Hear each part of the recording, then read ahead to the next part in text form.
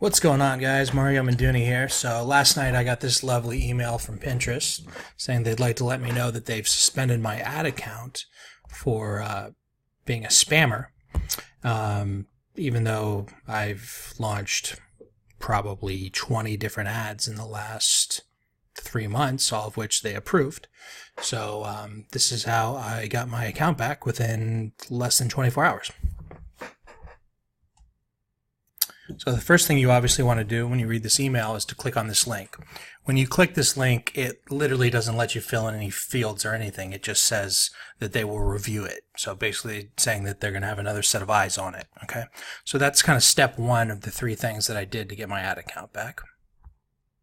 Okay. So the second thing I did was simply reply to this, and I just wrote that my ad account was suspended and I don't have any, I don't know why it would be suspended, and asking if I could please chat with somebody.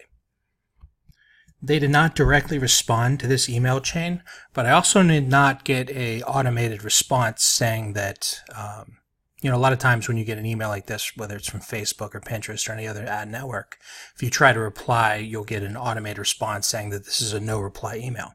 So I believe this is worthwhile to reply to this automated message if your ad account gets suspended, simply being polite and writing something that you'd like to look into the matter further. Okay, so the next thing you want to do is go to the Pinterest Help Center. Simply Google that, and it's help.pinterest.com. And I went in here, and I believe I went to Business, or maybe it was under General. Let's see what we got here. Where did I click? Okay, clicked on Can't Log into Pinterest.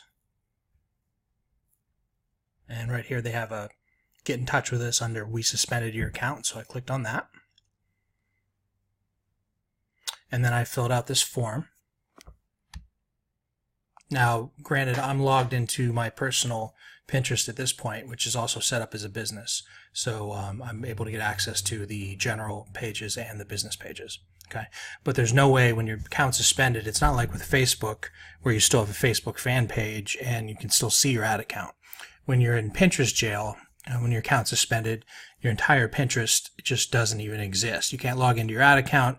You can't see your pins. You can't log into your board. You're completely locked out. So you have to either be logged out of Pinterest and go to the Help Center completely, or if you have another account, you can get direct access to them. And I'm assuming, since I have another business account, I'm able to get a little quicker access to them to talk about the account that's been suspended. So you want to fill this out. Okay, and immediately after I filled that out, I believe this was an automated response. They basically emailed me back saying that this account is not disabled.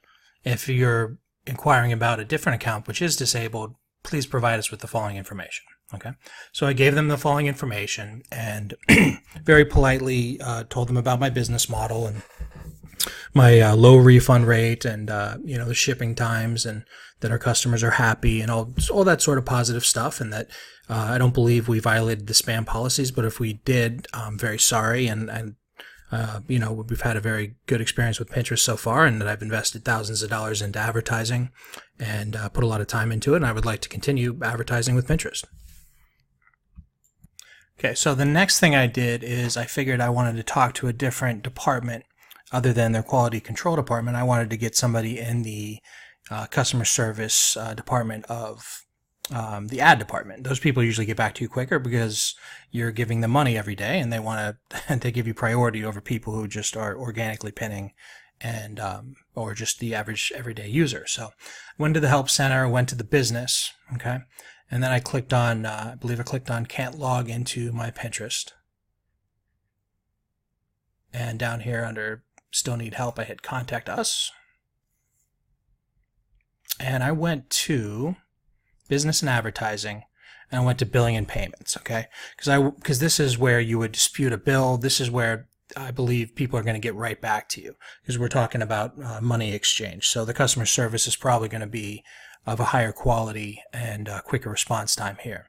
So I went ahead and put in a email to them saying my Pinterest account for blah, blah, blah website was just suspended. I'm appealing it as I believe it's a mistake, but in the meantime, for bookkeeping reasons, I need access to my ad account. Because again, when you get put in Pinterest jail, your account's completely gone. It's not like Facebook or Google or anything where if something's disapproved or suspended, you can still see your ad accounts and your previous things. So I basically told them, as a business, I need to, know what I've been spending and I need my measurements. So I need access as quickly as possible to my ad account for bookkeeping reasons.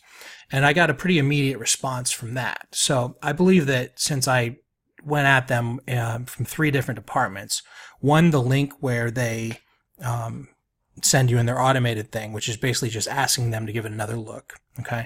And then I also went to the help center and I emailed politely and thoroughly 2 different departments, one in directly related to suspended accounts, and then the other department, the billing and payments department, who I've emailed them and filled out contact forms with them before with a dispute over, I believe they were overcharging me for clicks and I wanted some clarification.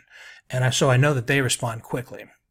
So by contacting all 3 of those departments, I was happy to wake up this morning, and it's been less than 24 hours. And this was the first email I saw. Sorry for the trouble. It was a mix-up, and we have reactivated your account. And I'm already getting traffic, immediately after they activated the account. So here's a little dashboard. This is a very small micro niche project that I'm doing on Pinterest. This is purely Pinterest traffic. This lasts 30 days. We did about 2,300, and you see that it's a ton of store views. I mean, it's almost 10,000 store views. But you got to understand, I'm paying less than 10 cents a piece for those website visitors, which is really cool because we're talking about middle-aged women in the U.S., and that's a very big buyer's market. The reason that it's so many views, and I'll show this in some other videos, there's a really high bounce rate. That's because the way that Pinterest traffic campaigns are set up, a lot of people are going through Pinterest thinking when they click on pins that they'll just zoom in on them and they'll be able to pin them to their pin boards. But when you do a traffic campaign, every time somebody clicks on a pin, it takes them to your website, whether they wanted to or not. And I think 2/3 to even as high as 75% of people that are clicking on your paid traffic campaigns are unintentionally going to your website. And but the ones that do go to your website have good buyer intent, and at 10 cents a click or less, plus I'm getting organic clicks, plus the email open rates and the amount of money we're making from email on a percentage basis is phenomenal. So you'll see over here on my ad account that we only spent $750 to get that $2,300. So we're looking at about a 300% ROI on ad spend, but our ROI is actually much higher because of the emails we're gathering, as well as the fact that this particular product that's the hero product on this project is we're selling it for 3 times as much as the competitor who's selling it on Facebook. So my margins are just phenomenal, which allows me to ship from the US, either drop ship from eBay or Amazon, or order in bulk myself and just fulfill myself, since it's just a small project. One of the nice things about Pinterest, and I did a split test on this a couple Christmases ago. I was selling men's watches, and my best-selling product I listed for $20 on Pinterest, and then I had a more obscure watch that I listed for $50. And I was very surprised to see that the $20 watch wasn't selling and that the $50 one was. And I think what this comes down to is perceived value. The people on Pinterest are a higher quality buyer, and they want to buy something nice. And something nice, in my mind, as an American, kind of starts at around $50. Like if I bought somebody a gift for $20, I'd feel like maybe I was being a little bit cheap. It doesn't really come down to the quality of the $20 item being any different than the $50 item. It comes down to perceived value. So if you're going to advertise on Pinterest, I recommend you jack your price up a little bit and be on point with your branding, and if possible, put it in a customized bag, or do whatever you can to make the experience better for the customer, including faster shipping. On a side note, you'll see right here that it's showing an ROAS of 150% when we're really operating at 300%. The the Pinterest conversion pixel does not track as thoroughly as Google Analytics or the Facebook Pixel. So a lot of these were just sort of the impulse buys versus the people who came back later versus the people that we sold with email. Our abandoned cart recovery sequence is doing phenomenally well. We're talking about 15 to 18% recovery on abandoned carts, which is another benefit of your Pinterest user, given the demographic of middle-aged women that are middle class to upper middle class. They're opening their emails and they're looking for, through their promotions tab, a lot higher than some of the demographics that I've advertised to in the past on Instagram or Facebook. So that's another benefit to Pinterest. Anyway, so I've kind of diverged from the original purpose of this video, but I hope I added some extra quality for you. This is sort of the 3-step method that I got my suspended Pinterest ad account back in less than 24 hours.